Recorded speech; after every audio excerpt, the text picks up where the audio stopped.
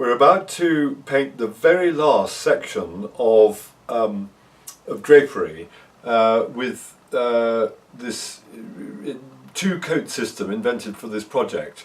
Painting stone, I've always been worried about the fact that I'm going to lose the quality of the stone, lose the sculptural surface, and I've always wanted to get the feeling that the paint is like a stain, it's like an adjunct to the sculpture, that it's the servant of the carving, as it were.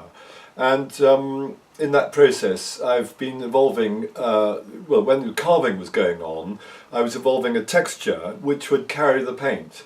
And in two parts, so that you apply a first coat, which is this pink of the alb, so this is notional white, it's white cotton, and then on that I'm applying a complementary colour, contrasting colour, which is a lemon yellow, and wipe off the yellow to reveal some of the pink in a controlled way, and so you get the folds, very subtle here, hardly any at all, but just so you have the yellow lying in the fold, the pink exposed on the ridges, and this is what we're about to do now. And it's certainly an example of workmanship of risk as opposed to workmanship of certainty. A lot can go wrong. If we've gone wrong on any of these samples, any of these areas, we've had to recoat with the undercoat, often with two coats to blot out the mistake, and then do it again. And it's all about consistency of the paint.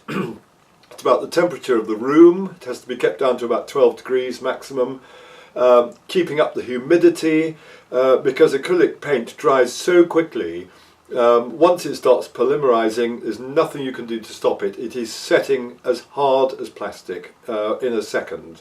You've got somewhere between 5 minutes and 12 minutes to work. And the finer, the thinner, the more you wipe off, you've got it down to a few microns thick, and of course that's going to dry and therefore set quicker than big thick areas. And so we've trying to beat it at its own game. We apply the paint first of all to the deep crevices where it's going to be slower drying because there's slower air circulation, and on the salient points like there and there, those are the last places to be applied with the paint. So the paint's got the longest dwell time there, and then we start wiping off these places first, and we can end up in the deep crevices. That's basically the system. And we found that with some garments, which we'll look at in a minute, that we had very convenient folds, well, like here, so we could actually paint a ridge and stop at the fold, the next ridge, stop in the fold, and overlap the next coat into that fold, on that fold as it were. So the folds were the place to actually have the shuts between coats. So I'm now just applying a piece on the back, an area on the back. It's just setting off to become slightly gel-like, and then I'm going to wipe off with a cloth. It was so useful. It was a real insurance policy, painting the backs of these, sealing them, priming them, undercoating them, because it's on these backs, which will never show at all, back in the niche. That's where we practice the technique, make sure the consistency is right, the wiping off is right, and then we come on round the front where it will show. So I'm just going to now wipe off this.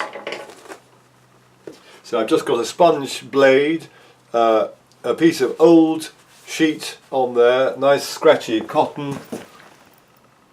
Yeah, this is just right, I think. And I'm just going to pull. Yes, that's lovely. Just working well. And you can see it coming off on the cloth. You just move the cloth along. This is a reused one because this is the back.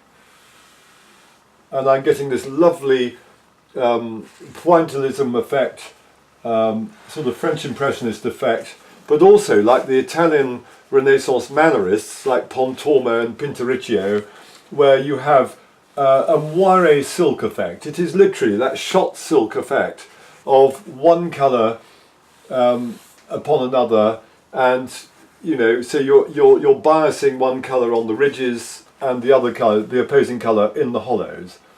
So you're getting this lovely interest to the surface, to the paint. So it's not a monolithic slab of paint, the slab of colour, that it's actually something which is working with the contouring of the stone, the folds in the stone in the